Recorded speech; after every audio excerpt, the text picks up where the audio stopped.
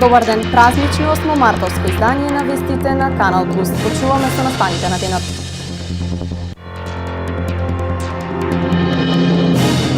Премиерот Никола Груевски во текот на вчерашниот ден беше во посета на Кочанско-Виничкиот регион. Премиерот со богата агенда отвори индустријска зона, ја посети фабриката Амфенол и пушти пат во употреба. Во текот на минатиот ден, министерот за здравство Никола Тодоров го посети интерното оделение на општата болница во Кочани и се запозна со методата за екокардиографија воведена во јануари. 8 март, денот на одбележувањето на рамноправноста и постигнувањето на жените работници. Кај нас, но и во повеќето други земји, стана празник за искажување почит и љубов кај понежниот пол. Премиерот Никола Груевски во текот на вчерашниот ден беше во посета на Кочанско-Виничкиот регион. Премиерот со богата агенда отвори индустријска зона, ја посети фабриката Амфенол и пушти пат во употреба. Премиерот Никола Груевски својата работна посета на Кочани ја започна со посетата на компанијата Амфенол, во која се произведуваат сигнални уреди за автомобилска технологија и антенски структури за мобилна телефонија. Во моментот во Амфенол се вработени 330 лица, до крајот на овој месец ќе бидат 380, до крајот на годинава 560. Но она што е најзначено во целата оваа ситуација е што бев информиран дека Амфенол е многу задоволен од работењето во Македонија и во Кочани и дека планира да ги откупи сите 6 локации во технолошко-индустријската развојна зона Виница и да донеси 6 своји дивизии тука. Заедно со градоначалникот на Кочани Ратко Димитровски ја посети трасата каде што се гради атмосферската канализација за дел од градот во должина од 6800 метри, во кој се инвестирани 1.200.000 евра, кредит од Европската инвестициона банка. Во населеното место Бели премиерот Груевски го предаде во употреба локалниот пат во должина од 1,4 километри, а присуствуваше и на изградбата на пристапниот пат за идната акумулација на Оризарска река. Проект кој што во првата фаза ќе чини 35 милиони евра, секако подоцна тоа ќе нарасне некаде над 50 милиони евра.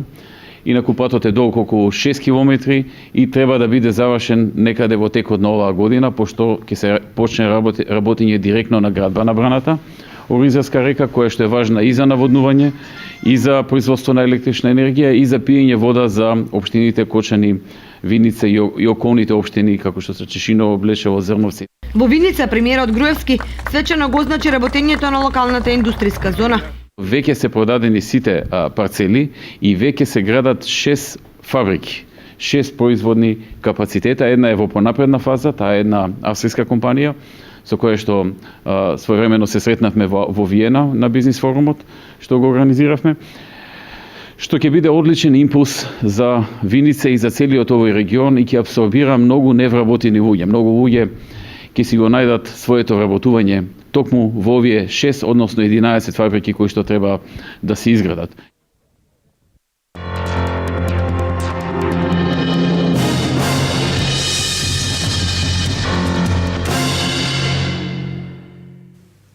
Во текот на минатиот ден, министерот за здравство Никола Тодоров го посети интерното одделение на општата болница во Кочани и се запозна со методата за ехокардиографија воведена во јануари.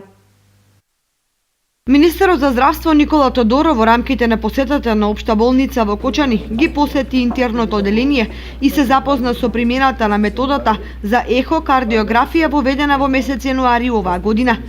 Целта на посетата денеска е одека промоција на една нова метода, која што е воведена во општата болница во Кочани, која е дел од 100 методи кои што ги најавивме пред известно време со нашата програма.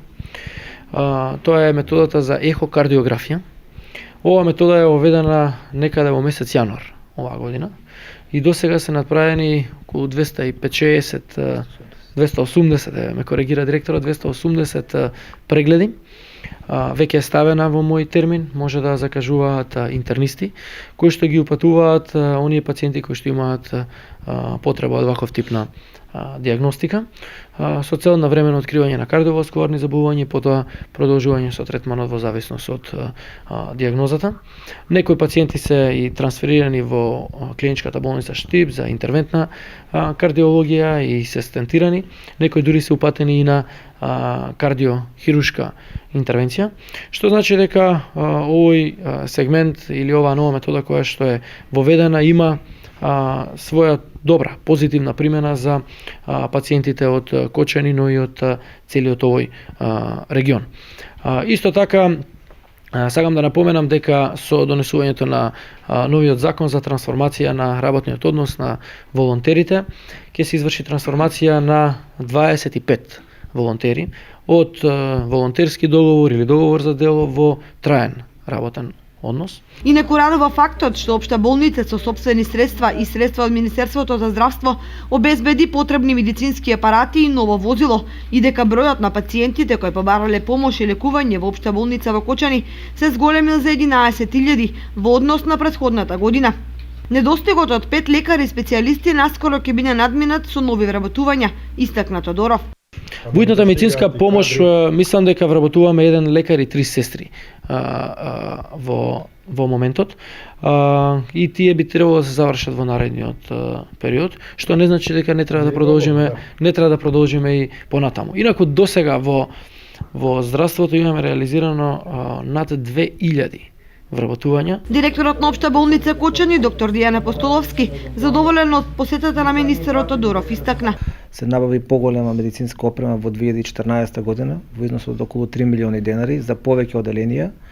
Меѓутоа, овој апарат е таргет апарат за нашата болница, бидејќи е неопходен за пациентите кои што имаат кардиоваскуларни заболувања. Знаеме дека кардиоваскуларните заболувања се на врвот на заболувања кои што предизвикуваат смртност. Така да моментално апаратот е максимално искористен, има голем интерес, голем потенцијал за работа и ќе продолжиме со тоа темпо. Во иднина планирам уште еден лекар интернист да пратиме на доедукација на клиника за кардиологија. Тие се едукации кои што траат околу 6 месеци. Така би имале тогаш тројца доктори кои што ќе работат на истиот апарат и повеќе термини и помала листа на чекање. Така да ние продолжуваме со она што сме го зацртале како генерални планови на болницата и како стратешки планови да во иднина ги зголемуваме нашите капацитети од смисла на подобра опременост, подобри услови за работа, се со цел пациентите да имаат поголемо задоволство. Недостигот од мамограф, истакна Апостоловски, ќе биде набавен деновиве, бидејќи Општа болница Кочани е влезена меѓу 6 болници во Македонија за набавка на ваков апарат.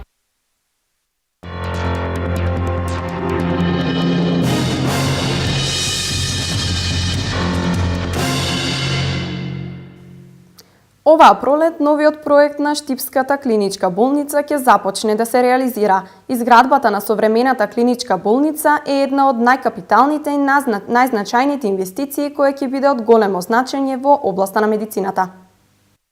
Долго најавуваниот нов објект на Штипската клиничка болница ќе започне да се реализира оваа пролет. Проектната единица при Министерството за здравство го привршува проектот, кој ќе биде најзначаен од областа на медицината во источниот регион. Постојано доаѓаат групи од различни профили, инженери, електротехничари, кои го прават финишот на обемниот проект за новата клиничка болница, кој е при крај и најавите се дека пролетва ќе започне изградбата. Изградбата на новата современа клиничка болница во Штип е една од најкапиталните и најзначајните инвестиции во Источна Македонија. Ке се гради во кругот на сегашниот Штипски клинички комплекс на површина од 20 до 22.000 метри квадратни и ке чини некаде околу 25 милиони евра. Во сегашниот објект се лекуваат над 250.000 жители пациенти од Истокот, а за одредени дијагностички иследувања услугите ги користат и пациенти од централниот регион на Републиката. Со оглед на инвестицијата која владата ја вложува преку Министерството за здравство, интенциите се клиничката болница во Штип да биде една од болниците за пример, каде ќе има услови за лекување и на пациенти од соседните земји.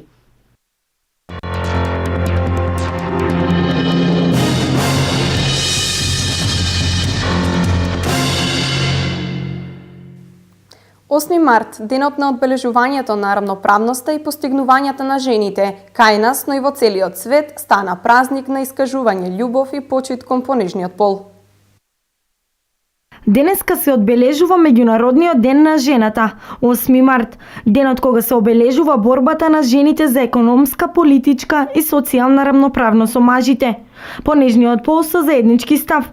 На жените им е потребно повеќе внимание во текот на целата година, а за овој ден доволно е само еден скромен подарок во знак на почит. Некогаш овој ден се празнуваше во поголем обем со свечености и масовни прослави, но денеска со нови погледи на индивидуален начин се слави овој празник. Денес имате вистинска шанса да ги израдувате саканите личности од женскиот пол со символичен подарок. За традиционалното одбележување на 8 март најмногу е посакувано цвеќето. Црвената ружа символизира страст и љубов. Денот на одбележувањето на рамноправност и постигнувањата на жените работници, кај нас, но и во повеќето други земји, стана празник за искажување љубов и почит кон понежниот пол.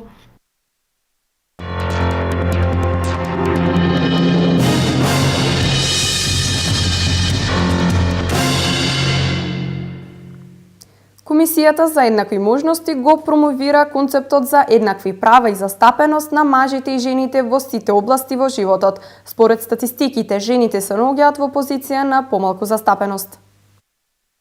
Комисијата за еднакви можности го промовира концептот за еднакви права, застапеност на мажите и жените во сите области во животот, почнувајќи од менаџерските позиции па на сите останати работни места.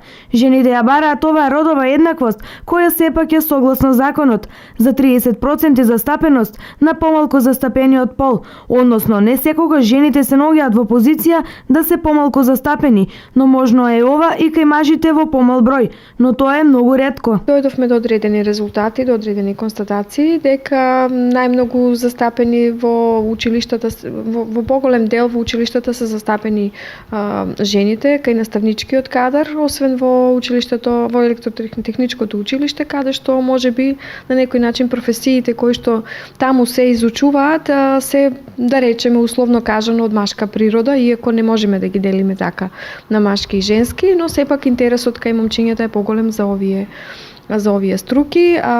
Инаку во јавните предпријатија секако доминираат мажите и тие се во поголем број. На менаџерските позиции во основните училишта се доминантни жените, а во средните училишта исто така, во средните училишта пак мажите се доминантни и менаџери на раководни позиции. Народниот правобранител секоја година истражува колкава е застапеноста на жените во работните позиции.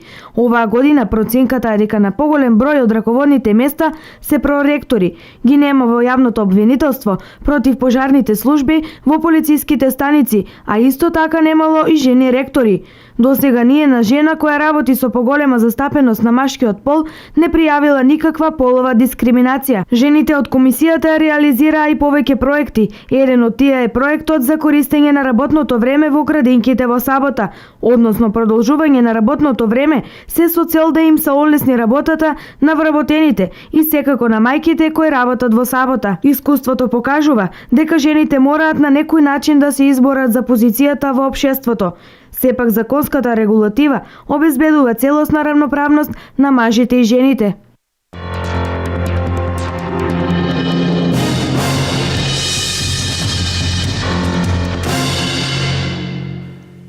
Унијата на жени на ВМРО ДПМН по повод празникот на жената донираше храна и хигиенски пакети на 12 семејства од најранливите категории. Членовите на Унијата на жени им го честитаат празникот на сите припаднички на понижниот пол.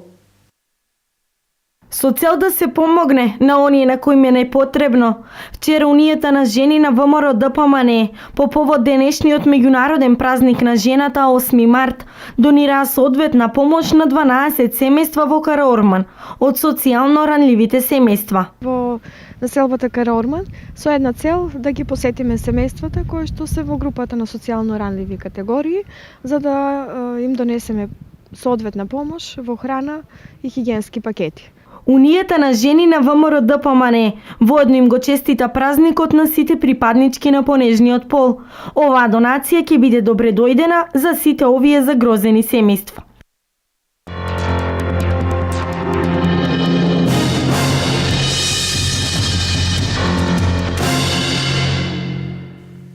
Година в година се зголемува интересот за студенти за заменување во странство. Годинава ќе заминат над 2000 студенти од државата со цел работа или студирање.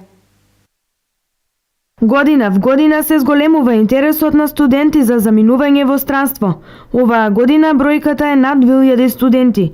Водени од мислата дека ќе заработат и ќе го прошетат светот, македонските студенти масовно аплицираат, сепак од агенциите им нудат различни позиции. А друга програма кон која многу кандидати пројавуваат интерес е програмата ОУПЕР, или тоа е програма доста популарна кај девојчињата, кои може да искористат оваа прилика да имаат една размена на култура и искуства, заминувајќи во Америка како бебиситерки. Таму може да работат од 12 месеци па до 24 месеци во американски фамилии, кои исто така во својот престој имаат и бесплатен курс, кој тие ќе одлучат што ќе биде, највеќе англискиот јазик. Оваа програма е намената за девојки до 26 години и кои имаат возачка дозвола. Најчесто тие заминуваат на 5 месеци. Студентите се примамени од добрата можност за заработка, но сепак го земаат во предвид и ризикот кој го носи работата во голем град. Оние кои биле велат дека надвор подобро се заработува, а и имаат можност да ги видат некои од најголемите светски туристички метрополи.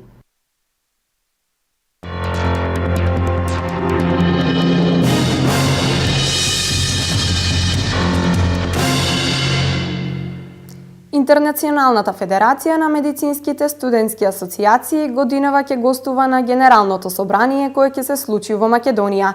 Македонската медицинска асоциација ја има таа чест да биде домаќин на ова собрание. Македонската медицинска студентска асоциација во август годинава ќе биде домаќин на Генералното собрание на Интернационалната федерација на медицинските студентски асоциации. Како што информираат од асоциацијата, Македонија е победник во изборот за домаќин на 64-тото Генерално собрание. Оваа федерација е организација за студенти по медицина во која членуваат лидерски студентски медицински организации од 126 земји во светот. Со повеќе од 1,5 милиони членови од сите континенти, Интернационалната федерација на медицинските студентски асоциации се води како најголема светска студентска и медицинска организација. Поддржана е официјално од Светската здравствена организација и многу други. Генералното собрание ќе се одржи во август годинава во Охрид, на која ќе присуствуваат делегации од 126 држави. На 1000 светски лидери во медицината ќе ја посетат Македонија на 7-дневниот настан.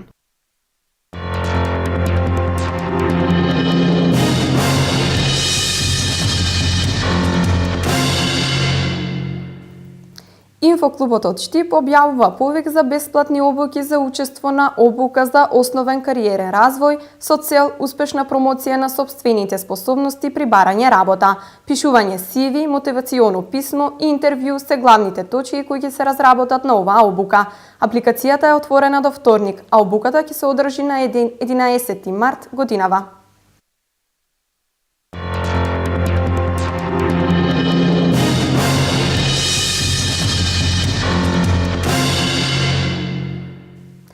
Имајте пријатен ден со програмата на Канал Плюс и разубавете го денот на некоја дама. Се гледаме во дневникот во 16:30.